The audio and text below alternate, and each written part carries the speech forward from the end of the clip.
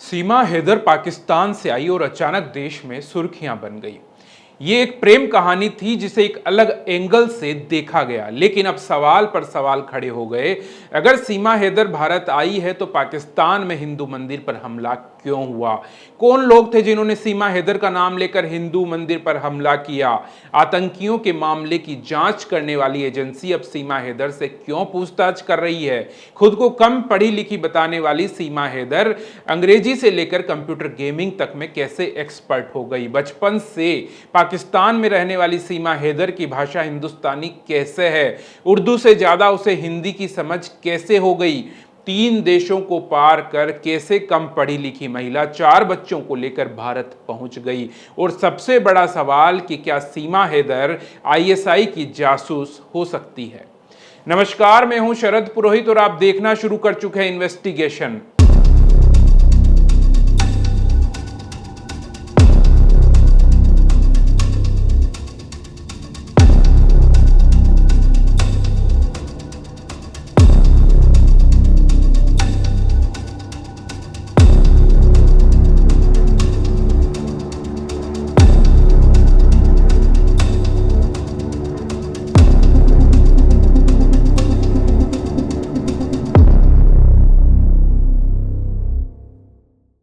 सोलह जुलाई की सुबह करीब 8:30 बज रहे होंगे। लोग मंदिर पहुंचे थे और अचानक उस समय गोलियों की बारिश होने लगी। रॉकेट लॉन्चर से हमला हुआ।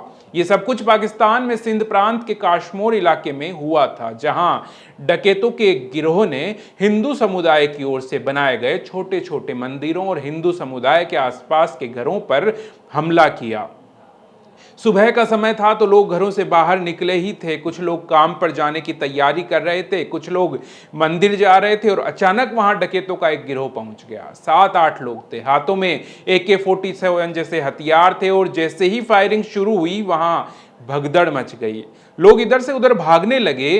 तभी किसी ने वहां नजदीक एक पुलिस स्टेशन था, वहां पर फोन कर दिया। पुलिस फौरन मौके पर पहुंची और पुलिस को आता देख डकैत वहां से भाग लिए। लेकिन भागते भागते डकैतों ने यह जरूर कहा कि सीमा हैदर को वापस पाकिस्तान भेज दो, नहीं तो इसी तरह मंदिरों पर हमले करेंगे, हिंदुओं की जान लेते रहेंगे।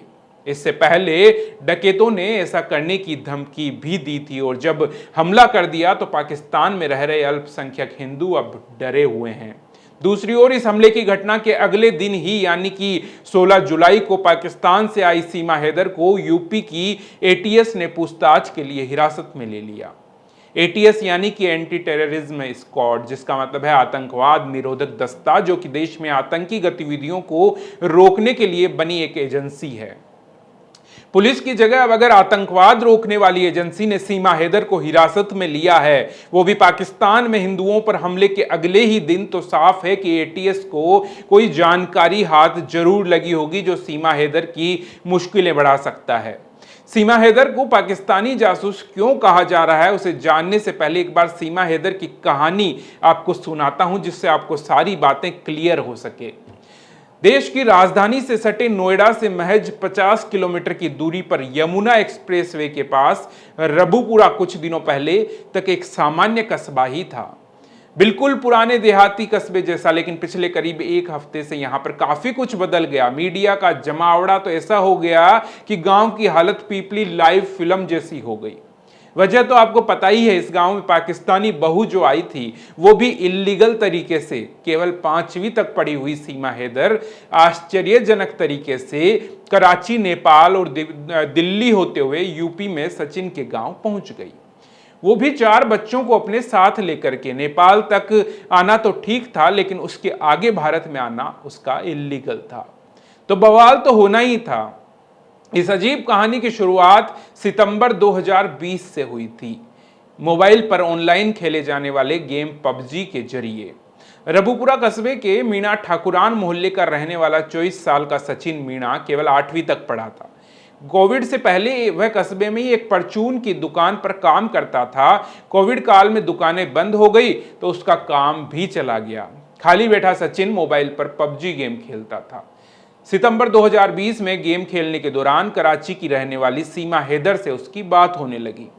दोनों गेम खेलने के दौरान अपना माइक ऑन रखते थे और इस दौरान एक दूसरे से बातचीत किया करते थे। गेम चैट पर भी वो दोनों बात करते थे।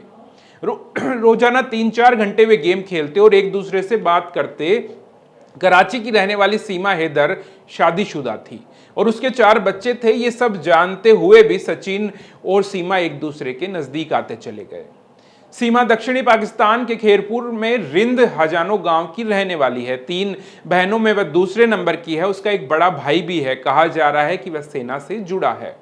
उसने घर पर आने वाली एक ट्यूशन टीचर से 5वीं तक की पढ़ाई की है। वह 12 साल की ही थी जब उसकी मां की मौत हो गई। 17 साल की थी सीमा जब उसके परिवार वालों ने 2014 में गुलाम हैदर जखरानी से उसकी जबरदस्ती शादी कर दी। ये जबरदस्ती वाली बात सीमा ने ही मीडिया को अपने इंटरव्यू में बताई थी। शादी के बाद दोनों कराची चले गए। उसकी बहनें और पिता भी आसपास ही रहने लगे। उनका 2016 में पहला बेटा फरहान और बाद में 3 बेटियां फरवा, फरिया और फराहा पैदा हुई। 2019 में गुलाम हैदर काम करने के लिए सऊदी अरब चला गया और वह घर पर अकेले रह गई। फिर मार्च 2020 में कोविड फैला और सबका घरों से निकलना बंद हो गया। इस दौरान सीमा घंटों मोबाइल पर टिकटॉक देखती और वीडियो बनाती थी। इसी दौरान उसने मोबाइल पर पहले कैंडी क्रश गेम खेलना शुरू किया और बाद में पबजी खेलना शुरू कर दिया। पबजी ने उस गेम खेलने के साथ ही दुनिया भर के लोगों से बात करने की आज़ादी भी दे दी, क्योंकि उसमें जिस तरह से माइक्रोफोन पे बात की जाती है वो लोगों से बात करने लगी। इस दौरान उसके संपर्क में कई लोग आए। उनमें सचिन से उसकी खास दोस्ती हो गई। सीमा ने उसे बच्चों से वीडियो कॉल पर मिलवाया भी सचिन को। जब किसी वजह से सीमा उससे फोन पर बात नहीं कर पाती तो उसके भाई को कॉल कर लेती थी जब बात नहीं हो पाती दोनों के बीच। अब सचिन सीमा को लेकर कितना गंभीर हो गया, इसे लेकर एक इंटरव्यू में सीमा ने कहा कि एक बार उससे सचिन की कॉल मिस हो गई। इससे वह इतना नाराज हुआ कि उसने उसे सब सारे सोशल मीडिया अकाउंट से ब्लॉक कर दिया। सचिन नाराज हो गया था सीमा से, उसका नंबर भी उसने ब्लॉक कर दिया। उसे मनाने के लिए सीमा ने अपनी बाई कलाई काट ली थी। कटी हुई कलाई की फोटो जब उसने सचिन के भाई को दिखाई तब जाकर उसने उसे अनब्लॉक किया। इस 20 दिसंबर 2020 में सीमा के पिता की मौत हो गई। सचिन उससे मिलकर सांत्वना देना चाहता था। इसके लिए उन्होंने गद्दर फिल्म के बारे में आपस में बात की कि कैसे तमाम बाधाओं के बीच में भारत में रहने वाला लड़का पाकिस्तान में रहने वाली लड़की से मिलता है। इसलिए उन्होंने भी दोनों ने मिलकर काफ़ी कठिनाइयों के बीच में मिलने का फैसला किया। सीमा कहती है कि उसने अपना पासपोर्ट बनवाया और फरवरी 2023 में भारतीय वीज़ा के लिए अप्लाई किया, लेकिन उसे वीज़ा नहीं मिल पाया और फिर उन्होंने नेपाल में मिलने का फैसला किया। सचिन ने 8 मार्च को कश्मीरी गेट से काठमांडू के लिए बस पकड़ी। उधर सीमा ने शारजाह होते हुए काठमांडू के लिए फ्लाइट ली।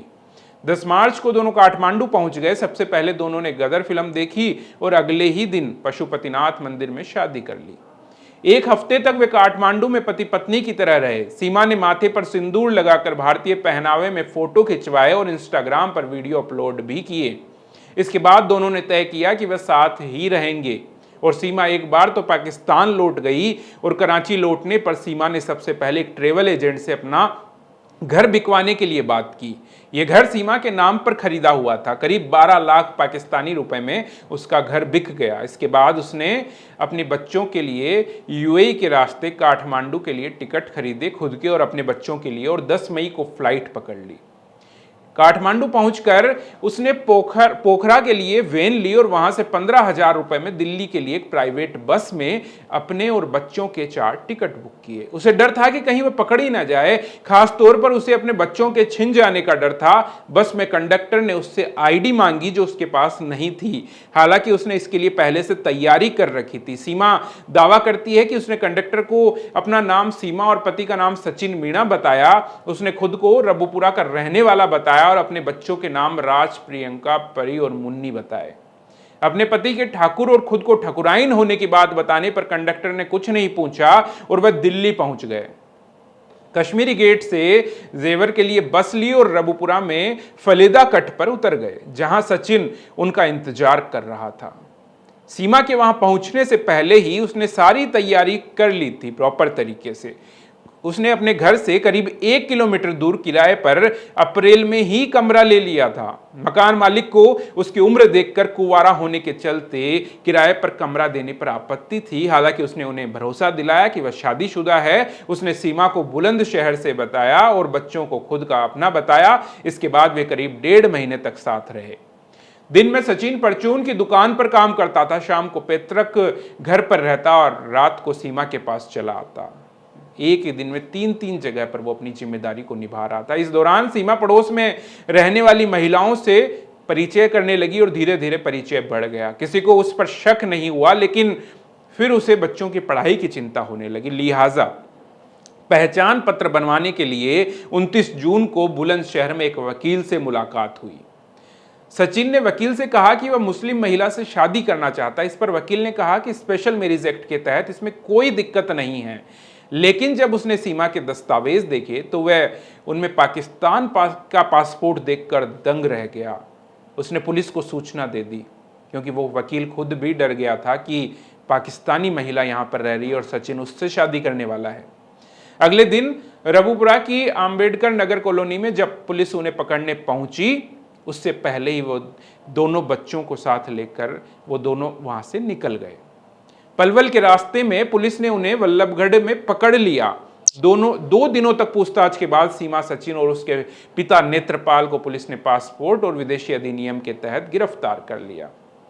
बच्चे भी जेल में सीमा के साथ ही रहे। हालांकि एक दिन बाद उनके वकील ने जमानत के लिए जेवर सिविल कोर्ट में अर्जी लगा दी। जूनियर डिवीजन जज नाजिम अकबर ने पहले सचिन के पिता नेत्रपाल और अगले दिन 8 जुलाई को सीमा और सचिन को भी जमानत दे दी। जज ने उन्हें कहा कि वह अपना पता ना बदले और देश न छोड़े। सीमा ने सचिन के पैतृक घर का पता दे रखा था, तो दोनों जमानत के अगले दिन फिर से पैतृक घर, यानी जो उनका पुराना पीढ़ियों से जो घर चला आ रहा था, उसी घर में जाकर के रहने लगे। जेल से जमानत पर रिहा होने के बाद खुद सचिन का भाई अपनी कार से सभी को लेकर घर आया। पाकिस्तानी बहू लाने पर सचिन के घर वालों को उस पर गर्व था। कस्बे के ज्यादातर लोगों ने सराहना भी की। हालांकि कुछ लोग सोशल मीडिया पर उठाए जा रहे सवालों से दुविधा में थे। उधर सीमा के पति गुलाम हैदर ने पीएम नरेंद्र मोदी से अपील की कि उनकी पत्नी को वापस पाकिस्तान भेज दिया जाए। उसने सीमा के साथ जबरन निकाह करने की बात को गलत बताया।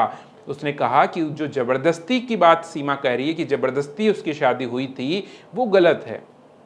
उसका कहना है कि दोनों ने घर से भागकर लव मैरिज की थी और इसका इकरारनामा भी उसके पास में मौजूद है। सीमा का कहना है कि अगर वह वापस लौटी तो वहां के लोग उसे पत्थर मार डालेंगे। उसने पूरी तरह से हिंदू धर्म अपना लिया है और जैसा सरकार चाहेगी वह वैसा ही करेगी। वह भले ही यहाँ की जेल में रह लेगी, लेकिन वहां पाकिस्तान वापस नहीं जाएगी। लेकिन एटीएस के पास यही सवाल थे कि गांव में रहने वाली एक महिला ने आखिर कैसे ये सब कर लिया, कैसे अंग्रेजी बोलने लगी, कैसे पहली बार इंडिया आई लड़की इतनी अच्छी हिंदी बोलने लग गई।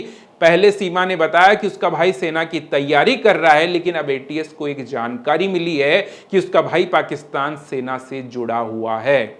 क्या उसके चाचा और अन्य रिश्तेदार भी पाकिस्तानी सेना से जुड़े हुए हैं? एटीएस इसे भी जानने की कोशिश कर रही है। आखिर गांव की ये महिला 4 मोबाइल सिम लेकर क्यों आई? पुलिस वहां पहुंची उसके पास, उससे पहले ही क्यों सीमा ने एक सिम तोड़ दी और एक वीसीआर की कैसेट को भी तोड़ दिया? आखिर क्यों? क्या था उस मोबाइल सिम में और क्या वीडियो थे उस वीसीआर की कैसेट में? अब एटीएस की जांच में साफ होगा कि क्या वीर जारा की तरह ही सीमा सचिन की वाकई प्रेम कथा थी, या फिर सीमा ने जासूस बनकर इंडिया के सीधे साधे सचिन को अपने जाल में फंसाकर इस्तेमाल किया है। क्या राय है आपकी सच्ची कहानी पर? अपनी राय कमेंट में देना और किस तरह की क्राइम स्टोरी आप सुनना चाहते हैं, यह भी कमेंट में जरूर बता देना। आज के लिए बस इतना ही। नमस्कार।